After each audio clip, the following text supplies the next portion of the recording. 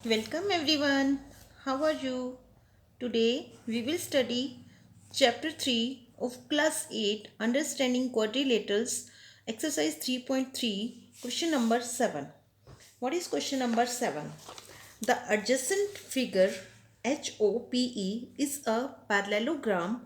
Find the angle measures XYZ. State the properties you use to find them. हमें एक parallelogram given है जिसके अंदर कुछ एंगल्स हमें गिवन हैं और साथ में हमें थ्री एंगल्स जो कि अननोन है जो नहीं दिए हुए हैं those are x y and z. हमें एक्स वाई और जेड की वैल्यू निकालनी है और जब हमें इनकी वैल्यू निकालनी है तो हमें साथ साथ जो प्रॉपर्टीज यूज़ करेंगे उनको भी मेंशन करना है कि किस प्रॉपर्टी को यूज़ करके हमने ये वैल्यूज़ फाइंड आउट की हैं। So this is the parallelogram HOPE and x y and z ये हमें निकालने हैं। एंगल जेड के साथ वाला जो एंगल है that is 40 degree and this is 70 degree. हमें देखना ये है कि हमें कहाँ से शुरू करना है कि हम इन एंगल्स तक पहुँच सकें एक्स वाई और जेड तक। ये एंगल हमें 70 डिग्री गिवन है। अगर हम ये एंगल निकाल लें तो ये एंगल निकालने के बाद हमें ये एंगल मिल सकता है क्योंकि opposite angles of parallelogram are equal. तो ये एंगल हम बड़ी इजीली निकाल सकते हैं लीनियर पेयर की प्रॉपर्टी यूज़ करके। तो इस एंगल को हम लिख लेते हैं एंगल 1, इसका नेमिंग कर लेते हैं एंगल 1। सो एंगल 1 प्लस 70 डिग्री, ये जो बाहर का एंगल है 70 डिग्री है, इज़ इक्वल टू 180 डिग्री और इसका रीज़न लिखेंगे बाय लीनियर पेयर। उसके बाद एंगल 1 इज इक्वल टू 180 और ये 70 इधर आकर माइनस हो जाएगा। So angle 1 is equal to 180 minus 70 that is 110 degree. उसके बाद अब हमारे पास एंगल 1 आ गया। अगर एंगल 1 आ गया तो यहाँ से हम एंगल x निकाल सकते हैं। तो angle x is equal to angle 1 और एंगल 1 किसके इक्वल है 110 की। तो यहाँ से हमें एक वैल्यू मिल गई x की, एक एंगल आ गया हमारे पास x इज 110 डिग्री। यहाँ हम लिख लेते हैं x is equal to 110 degree. अब अगर हमें ये एंगल निकालना है, ये एंगल निकालने के लिए हम क्या करेंगे ट्रायंगल्स यूज़ करेंगे, लेकिन हमें ये देखना है पहले कि हमें क्या ये हमें एंगल ये वाला निकालने की ज़रूरत है। इस एंगल को हम नहीं निकालेंगे फिर भी हमें y मिल जाएगा। कैसे मिलेगा, हम एंगल 1 निकाल चुके हैं। एंगल 1 निकालने के बाद ये हम यहाँ लिख लेते हैं angle 1 this is equal to 110 degree.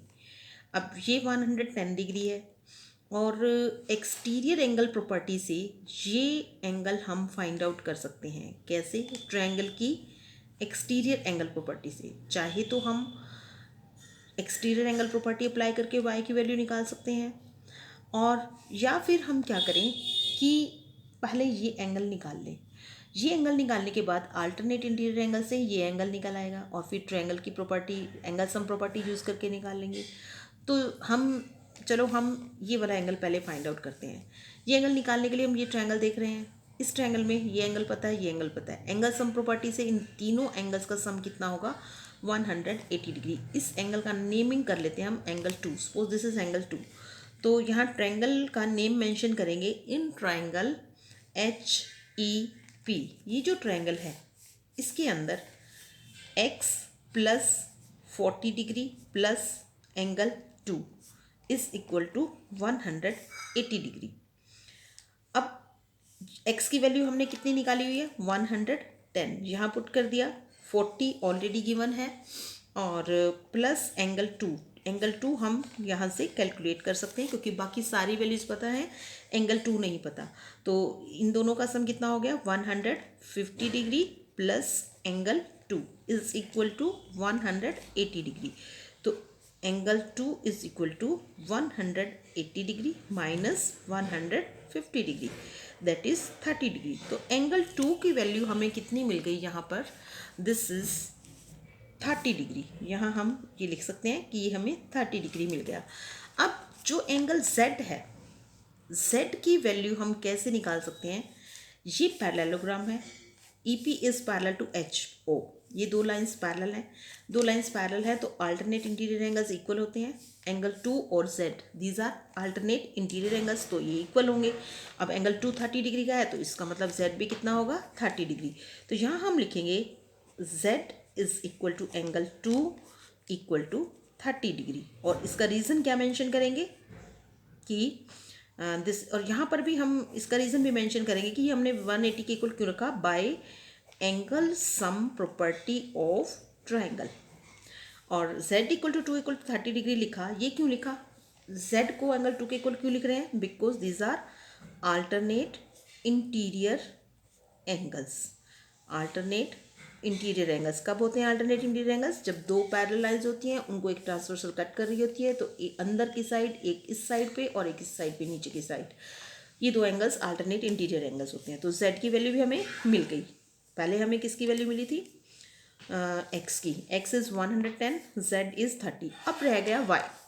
अब y निकालने के लिए यहाँ z भी हम लिख लेते हैं, z इज़ हमने निकाल लिया, इक्वल टू करके लिख दिया 30 डिग्री। अब इस ट्रायंगल में फिर से हम एंगल सम प्रॉपर्टी लगा सकते हैं।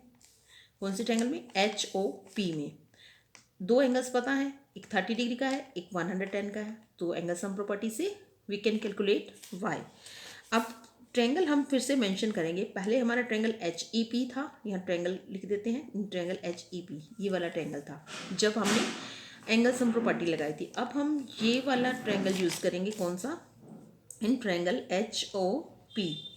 कौन कौन से angles, z, y plus z plus 1, y plus z plus angle 1 is equal to 180, और इसका रीज़न क्या होगा, by angle sum property of triangle.